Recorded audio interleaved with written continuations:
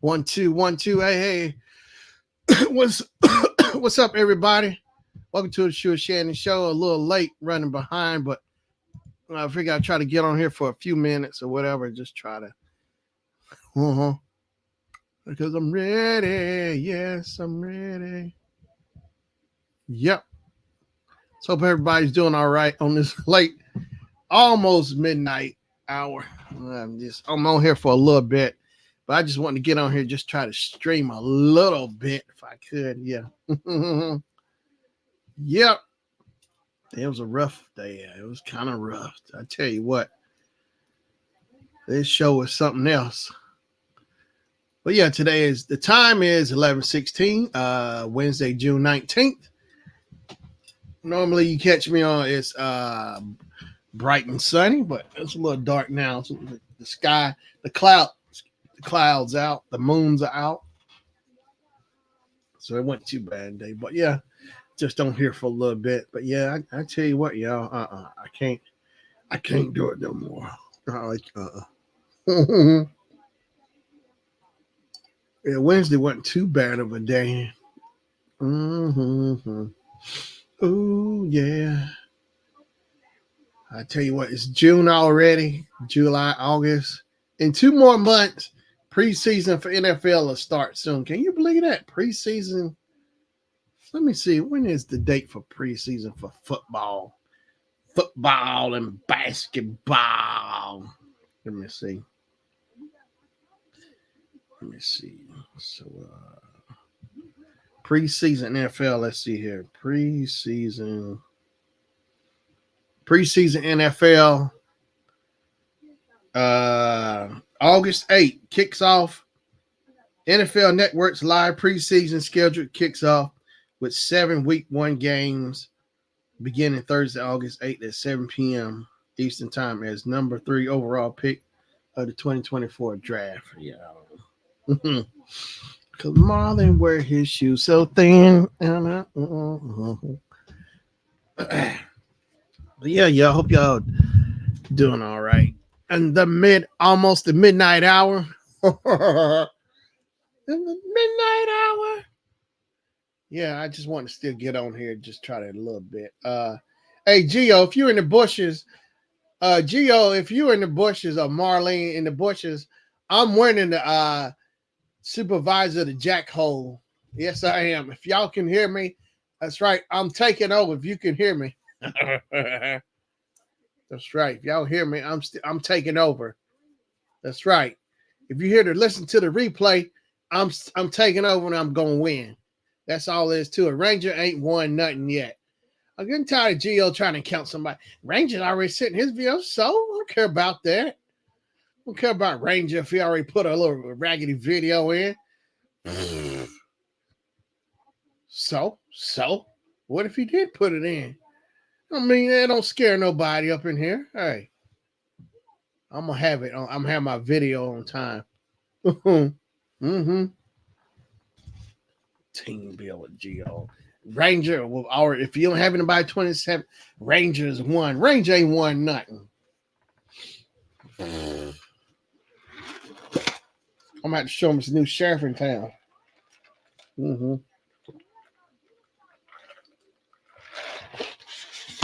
Yep. It's a new sheriff in town.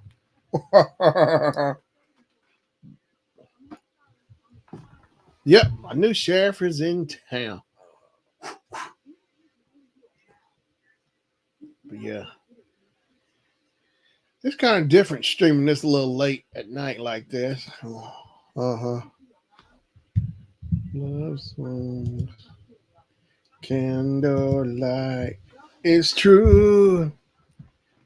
But yeah, y'all. Well, it's still hot out there. They doing the Olympic, the U.S. Olympic trials and stuff. It was jam packed out there too. Mm-hmm. The song is jam packed. Jam on it. Jam on it. Jam on it. So if y'all get a chance, be sure to check out Team Bill with Gio, Miss Kim's Bling Bar, and the Big Rooster Show. Cool YouTuber channels to check out. Of course, Life of Marlene. Marlene motivates. the Marlene show, just a few the J Dub blogs channel, Mia's Coins. Be sure to check them out. They always got videos, regular videos and shorts that they put up. Usually, I think they usually put shorts out every day. I'm sure they usually get out shorts every day, like every day. This is how we do it every day. Yeah, 2 bars. Love will be right here, right here. No tears, right. Love will be right here. Late night. Maybe I should start trying to see to be like, I might you know what? I'm actually kind of liking this popping on this late light, because usually if I come on around 7, I'm already on here, but coming on the late hour, on the midnight hour, that might be kind of fun. Like the late show, Johnny Carson would come on like 11 o'clock. The late show, Johnny Carson late night. Johnny Carson show. He would pop on. He would come on. Arsenio Hall would come on at 11 o'clock and go off at midnight. So it might be kind of fun, because I think when Johnny Carson retired, I think Jay Leno took his place for the Tonight Show. Yeah, Jay Leno took over.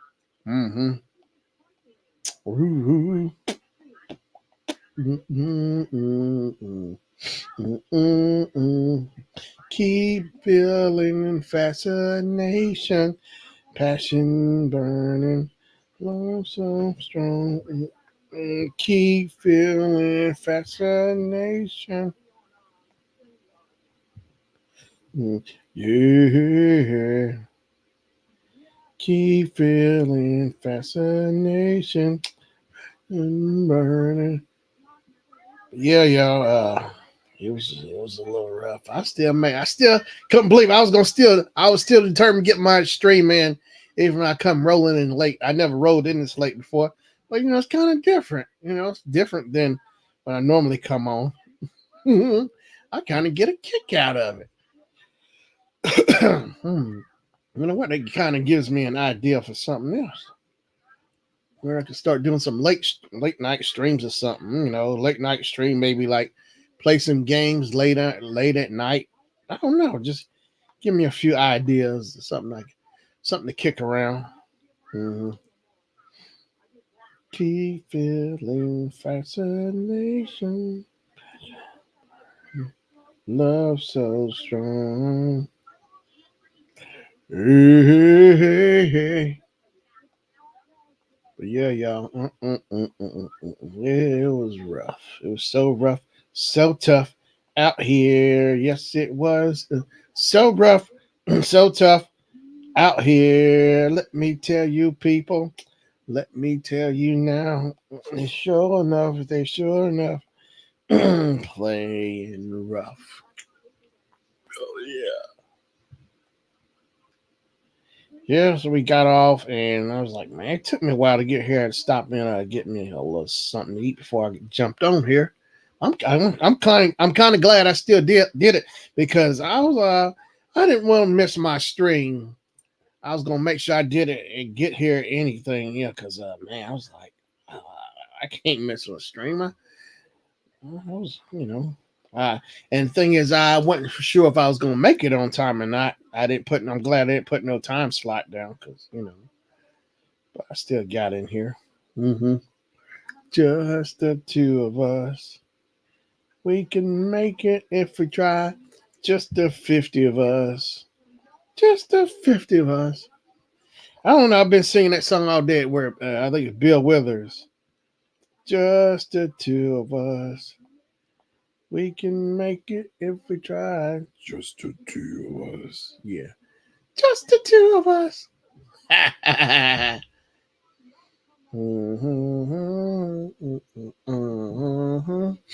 I like old Bill Withers. He sing Lean on Me. I remember hearing his version, but like back in 86, Lean on Me by Club Nouveau. That was the jam. I used to listen to it all the time. Lean on me. I actually like their version of Lean on Me. And of course, there's a movie Lean on Me, but Morgan Freeman as Joe Clark, the principal at the high school in Patterson, New Jersey. It was a true story too. Yeah, Joe Clark, Mr. Clark. It came out like in 80. Came out like in 80, 88. Lean on Me. That's the same year that Spike Lee's School Days came out. A lot of good movies came out in 88. Lean on Me. Oh yeah, and Big Daddy Kane did the song on the soundtrack. Lean on Me at the end towards when it's going off the credits. Here, Lean on Me, Big Daddy Kane rapping on it. No pain, no cane. Lean on me when you're not strong, and I'll be there. I'll help you carry on. Lean on, lean on, lean on. What's her name? I think it's Karen White. Karen something. I think who was on Lean on Me, the young girl, I think Kanisha, her name was. But Mr. Clark, one of his favorite students. She was on Malcolm and Eddie. She played Malcolm's girlfriend in the show. I think they actually really dated, but she's also the same girl from Lean on Me, Malcolm and Eddie. You didn't realize, you think she seemed real young. She playing a high schooler, and she was already been out of high school. I think she's born like in 65, so her pretending to be a student back in high school in 1988. So she would have graduated back in 80. If she born in 65, so 85, 20, so like 84. So she'd be like a graduate from high school like back in 84. 83. But no, 83. Yeah. So like her playing a high school student, like 5 years later, which is kind of cool. But yeah, you think she seemed young. I mean, she was young, but she seemed younger. I mean, she still fitted the role to play a high school student. Lean on. Sam's. Of course, what's his name? Jermaine Huggy Bear. I forgot his name, but he played Sam in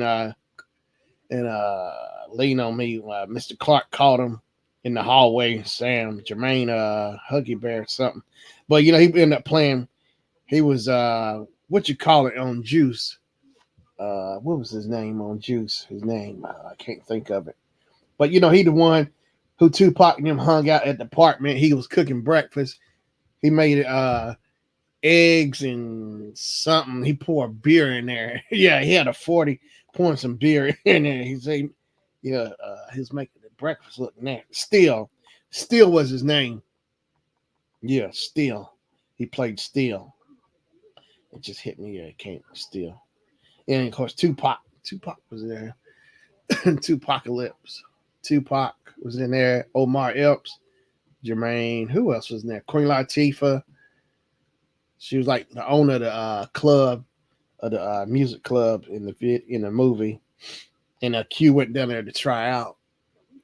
And of course, Big Daddy King had a cool song on there for Juice, the movie.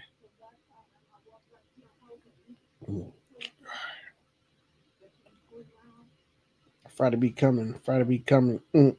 Friday be coming. Friday be coming.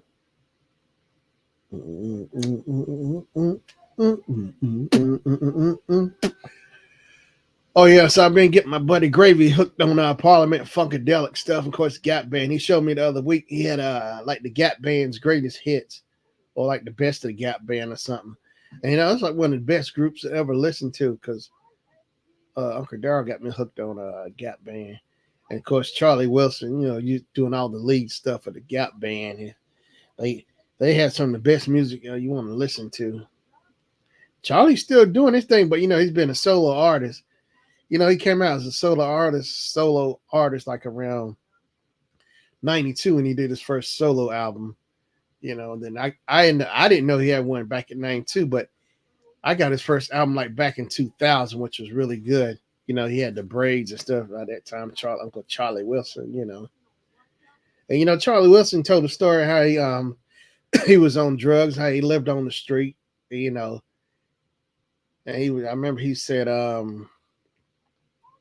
God just look over him, because he loved singing and passion of just God look over him. He said if you ever you get me out of this situation, get things better. If you ever get out, he'll praise his name every night. Especially like on shows and concerts, he'll praise his name every night.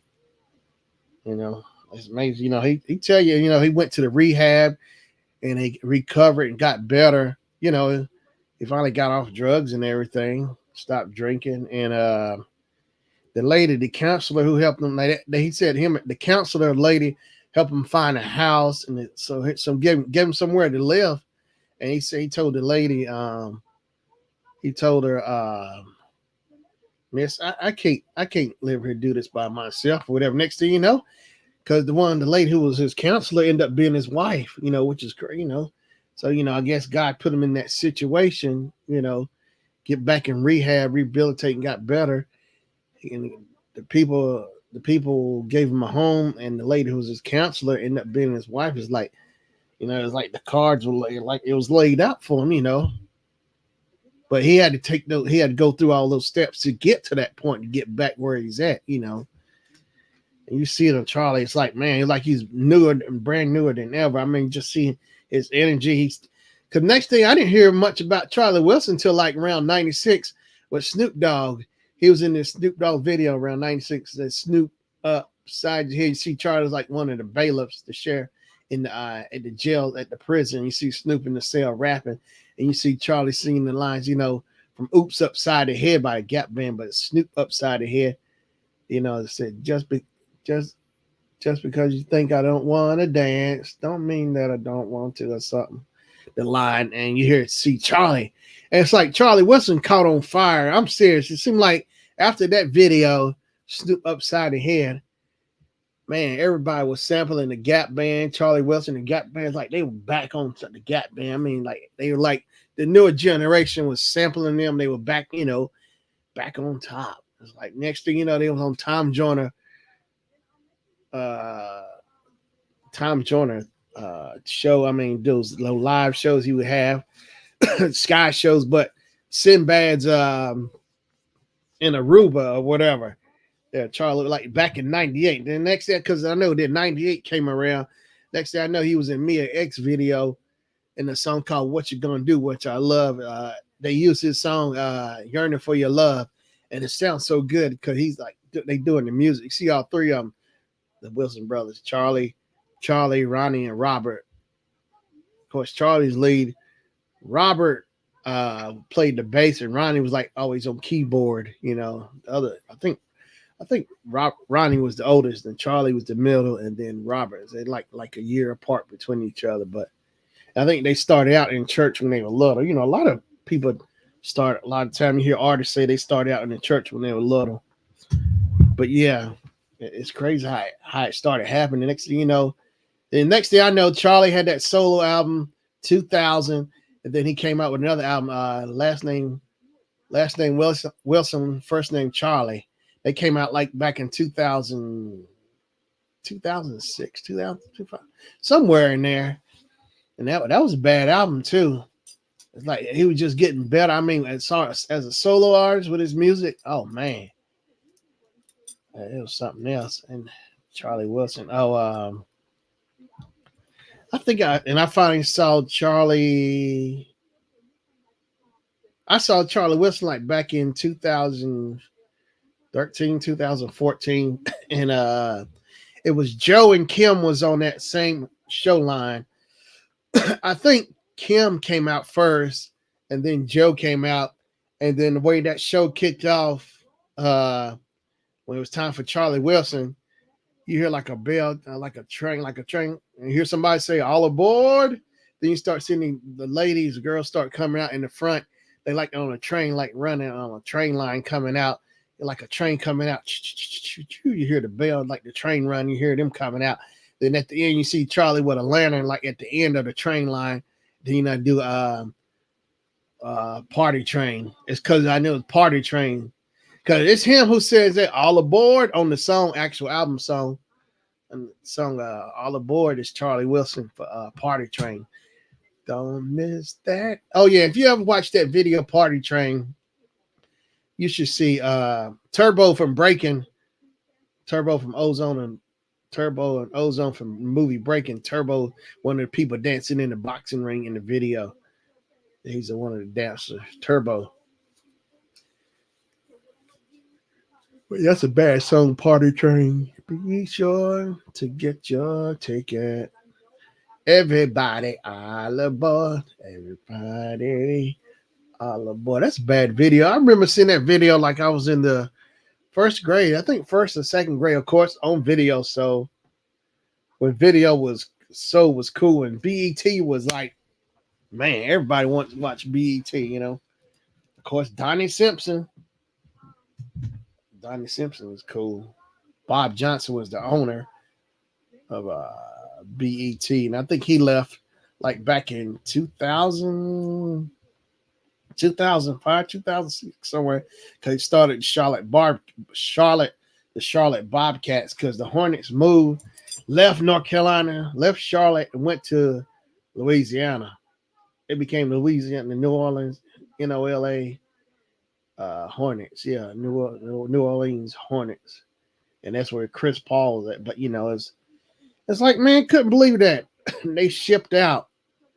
And so Bob Johnson started the Charlotte Bobcats. They did okay.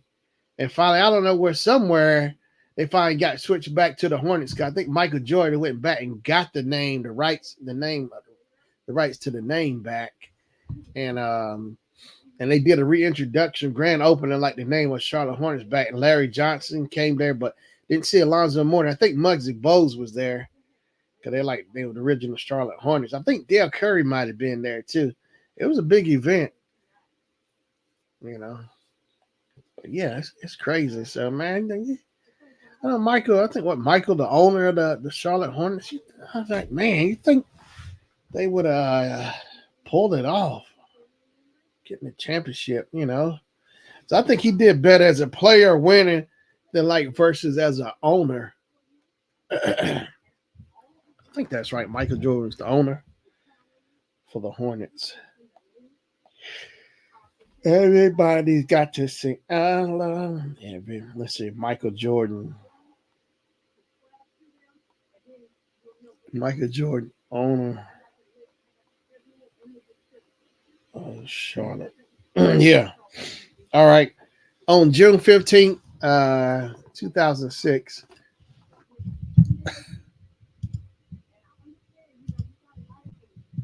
On June 15th, 2006, Michael Jordan, a former NBA player and member of the Naismith Basketball Hall of Fame, acquired a minority stake in the franchise and became its managing member, of basketball operations. On February 17, 2010, an ownership group led by Jordan purchased a majority share of the franchise. Okay, I got it. That makes more sense. Is Michael Jordan still part owner of the Charlotte Hornets? Position. So, minority owner. Does Michael make money from the Charlotte Hornets? Jordan sold his majority stake in the Charlotte Hornets in a deal worth an estimated $3 billion. Wow, according to ESPN. Jordan has earned $1.8 billion from lucrative partnerships with Nike, Gatorade, and Hanes, according to Forbes. Wow. An estimated $3 billion, his stake. Good gosh. $3 billion. I'll pass right out. Mm-hmm. $3 billion. Yeah. Oh, just $3 billion. What's $3 billion? Just bam.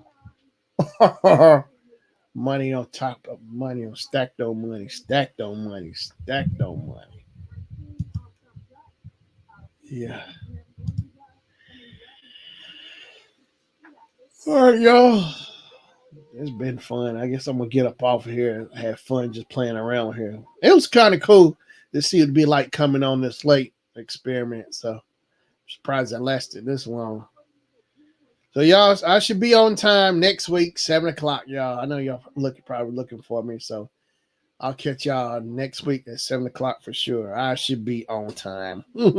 Hopefully, I won't have to set back again. But if I do, I just pop on a little later. But it should be back on normal schedule next Wednesday. All right, y'all. Till next week, next Wednesday, 7 p.m. The Sure Shannon Show. I appreciate if you hear me, anybody or mama. If you're out there, I love you. All right, y'all. Good night.